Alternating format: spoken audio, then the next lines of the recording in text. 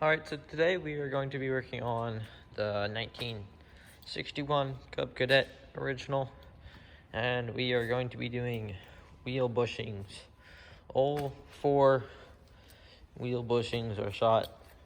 Well, all the bushings and all four wheels are shot. We're going to start with the rear, and then we'll go to the front wheels. But I'm just gonna try to put this in one video, because yeah. But we'll start with jacking up this back end and take the tires off so we can get to those bolts down there. Alright, so make sure when you're doing this, and if you are doing this like me and I'm only using one jack stand there on the little tongue, because I need to take both sides off when doing it at the same time. Make sure you wedge the front end. So I put a block up here and a block over here. Alright, so we're back in the barn now, cleaning up some parts. This assembly of the stuff from takeoff is done. I'll show you what I did once I get back over to the shop. But I've been cleaning up some parts to clean up the wheels. Those wheels, that actual housing, I still got these here left, and I'm gonna try out this super clean. They sent me out some products and stuff to try. So this is just a regular degreaser. So we're gonna spray this on here, clean it up, and inspect the shaft and make sure everything's okay. So.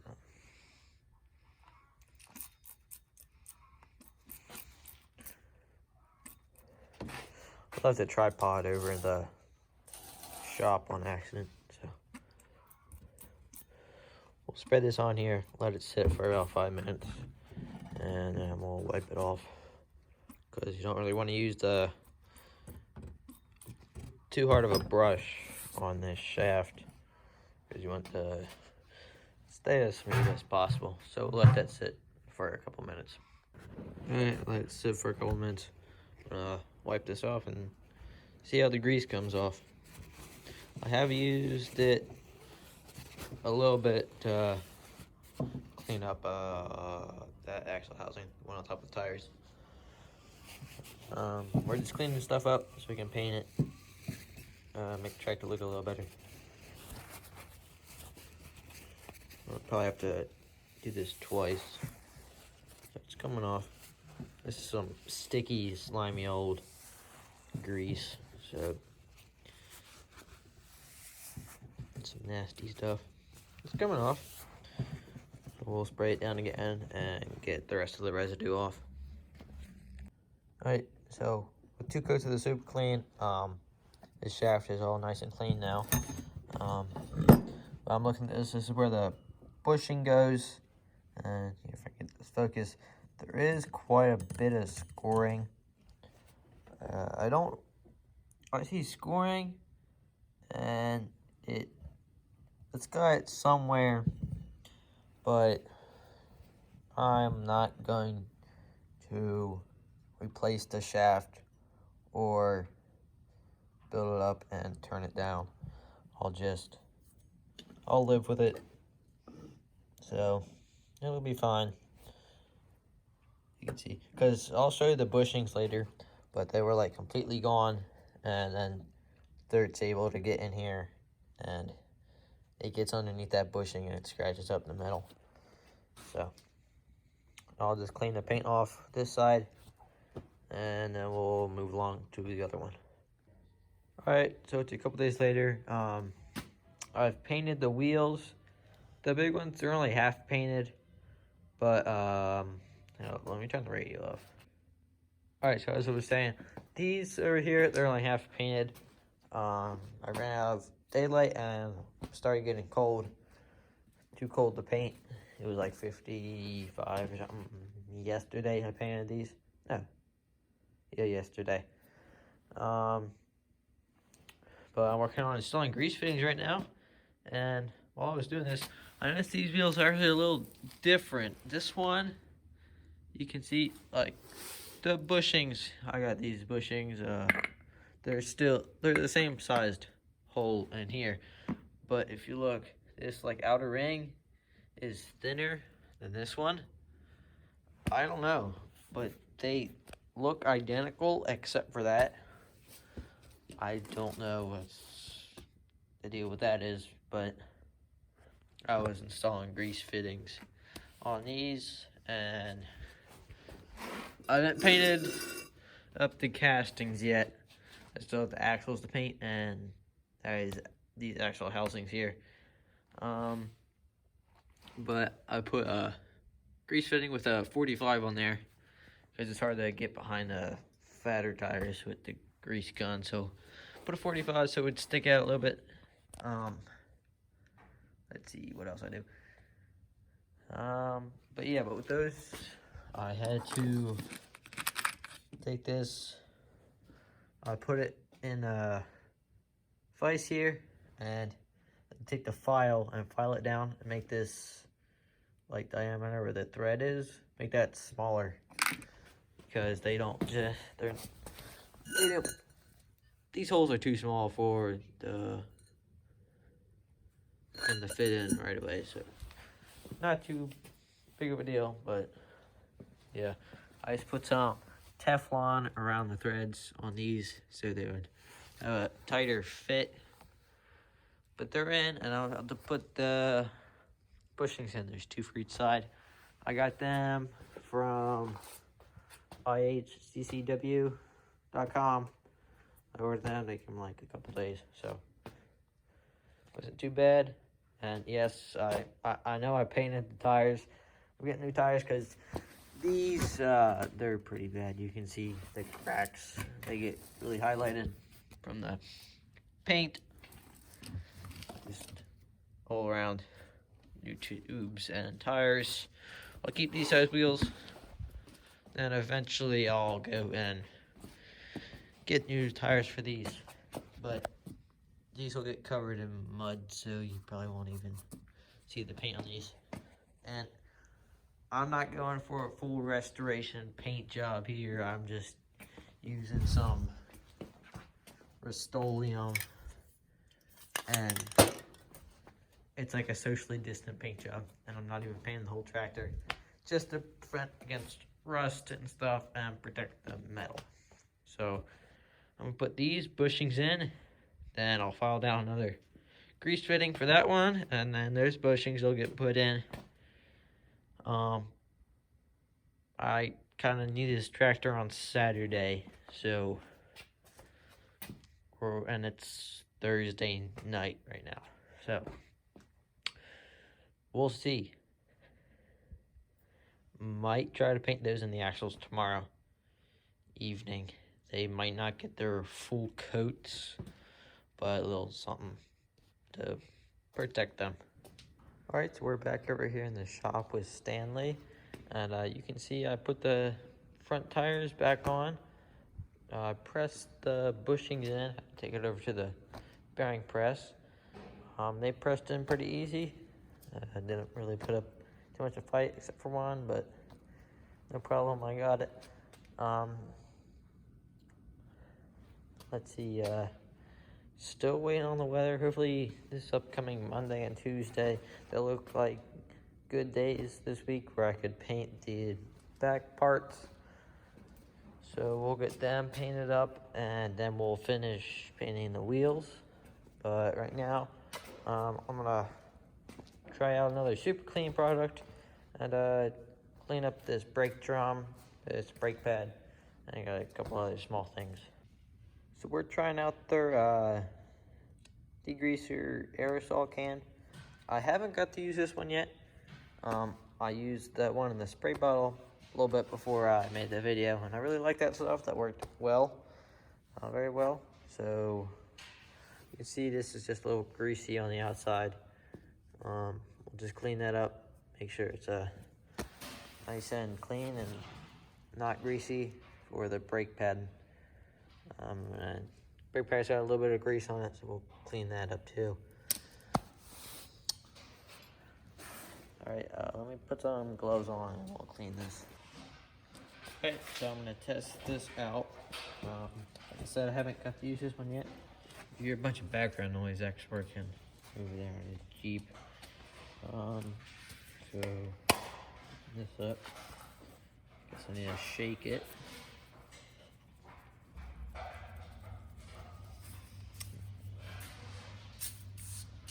Oh, it's foamy.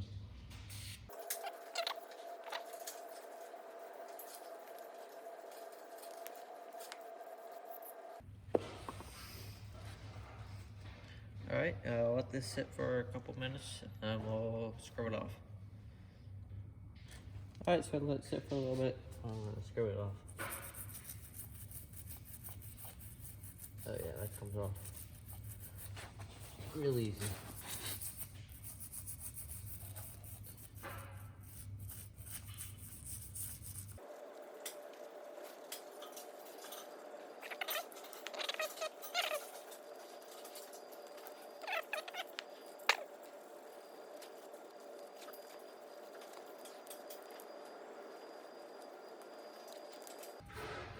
Alright, there's that scrubbed off. I'll just take it to the parts washer and rinse it off. We'll clean up this brake drum. Ah, that's a separate piece.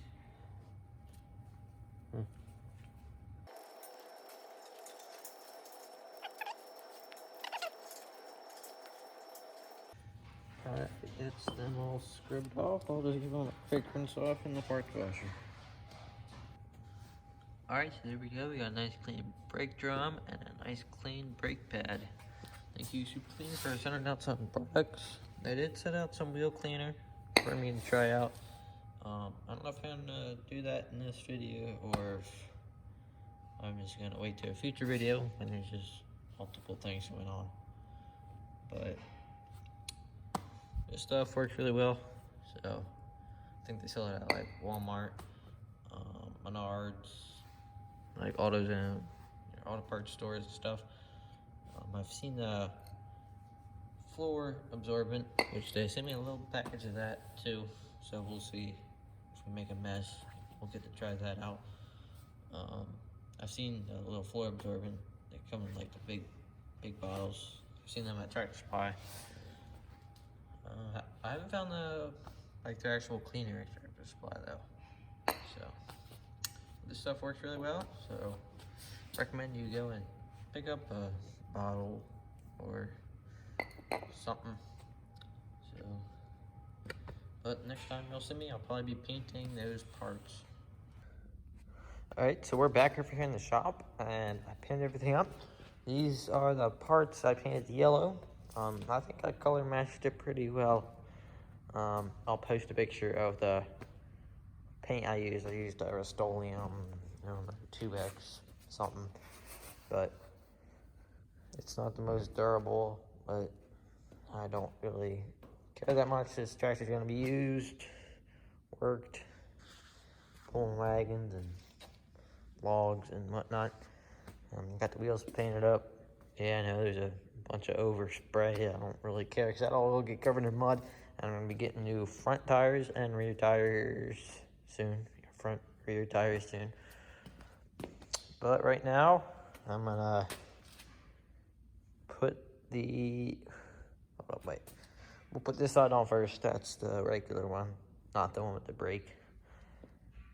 So that'll take one of the shafts. They're interchangeable. It's gonna take like one of the, there we go, one of the little circle bushings and a snap ring. So they're both here. And we'll show you how this all goes back together. Alright, so how this goes back together. Uh-oh, hit you. Alright, so let me grab a snap ring and one of the bushings. This is just for the regular side without the brake shoe. And I gotta unwrap my shaft. Hold up, let me do that real quick. Alright, I got the shaft unwrapped. I had it all wrapped up so I didn't get paint on it. But we're going to slide. Alright, let me see how I want this. Alright, we're gonna put the, we have a pig mat down here. I'll show you that here. Alright, so we're down here now. We're going to slide the shaft into the, actually, let me get some grease or something to put in here first. Alright, I didn't have any grease over here in the shop yet, but I had some 85W140 that I just lubed up the bushing with and the shaft so it'll slide in either easier. So we're gonna put the shaft inside. So there we go. That's in there, and it spins all nice and freely. And then we're gonna put our bushing on. It's gonna go on the back. It's just gonna slide right down all the way through. Just there to make sure the shaft doesn't walk out too much. There's a snap ring and a little groove in there that just goes in. And I'll get this mounted up on the tractor. I just realized I wasn't recording. But I just had to line the spline up in there. I don't know if you saw me put the snap ring in or not. That just goes on the back and it just slides in here. But I'm just putting it on the tractor now. There's one side done. You can see this yellow is a little bit lighter, but no worries. But we'll get this side with the brake shoe put on. Let me put the other shaft, unwrap that, grab the brake drum and the brake shoe. Alright, let's get this one put back together. Got a woodruff key put in here. Get that started. We'll tap it in with the hammer.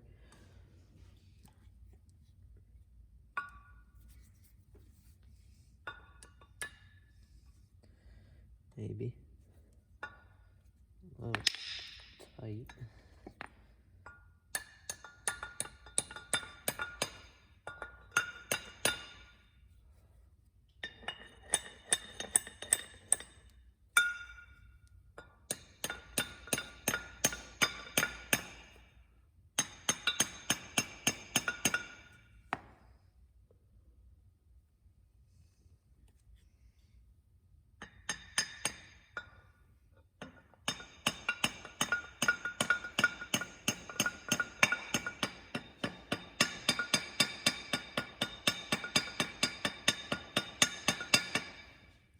Want to make sure that's in there good. And figure out which way this goes. Let me try to remember. Looking at wear surface on that side. So we'll see. It'll probably only fit one way. Let's line up this key too.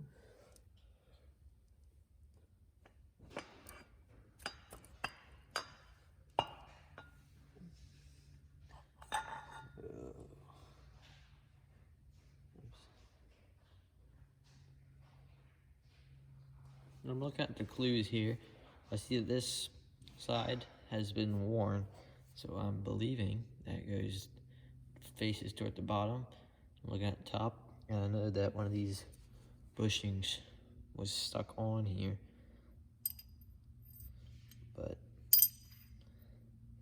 how was that stuck on there now? Hold on. All right, so we got both of the sides put back on now, and when you're putting on this side with the brake pad on it, there's the pin that goes through. Just make sure the fat pin goes into the transmission case, and the narrow side sticks. No, wait, never mind. Backwards. The fat side will see into this casting, and the narrow side will slip into the transmission case. But we're gonna get the wheels and tires put back on, and then it should be ready. I greased up the bushings, so let's put the wheels and tires back on. All right, he is finally done. So what we did with this, we new front wheel bushings, both sides, and new rear wheel bushings. I guess in the last part you just saw me put the rear wheels on, and then I was greasing up the machine, make sure everything took grease, but I had to get course, I had to run out to the parts store and had to get different grease fittings. These ones were, the ones I had were too small in there. So I wrapped some Teflon tape around there and get them in there, but they weren't tight enough. So I had to get these oversized ones, file down and grind out the outside so I could take them and tap them in there. I don't know what kind of crazy sizes this machine has for grease fittings, but I had to do the same with the rear. I had to take the smaller one, the ones I had, and file them down to make them fit in those holes. But they're all in. They all take grease, so that's good. This project took way longer than I wanted it to. I just wanted to be in and out in like a week and a half, 2 weeks, but I think we're close to a month now, so yeah. But I'm about to drive it home. We'll take it home, probably sand that paint down on the outside of the tires, so make it look a little better. This tire has a pretty bad leak in it because I just filled that up, and I filled it up like 10 minutes ago and it's already gone flat. So I'll be ordering new tires, these new rear tires right now. I could get a couple more months out of the front ones. They're pretty cracked stuff, but yep. So thanks for watching, everybody. If you have any questions about how anything came apart or went back together, how we did anything, leave them down in the comments, and I will see you next time, everybody. So catch you later.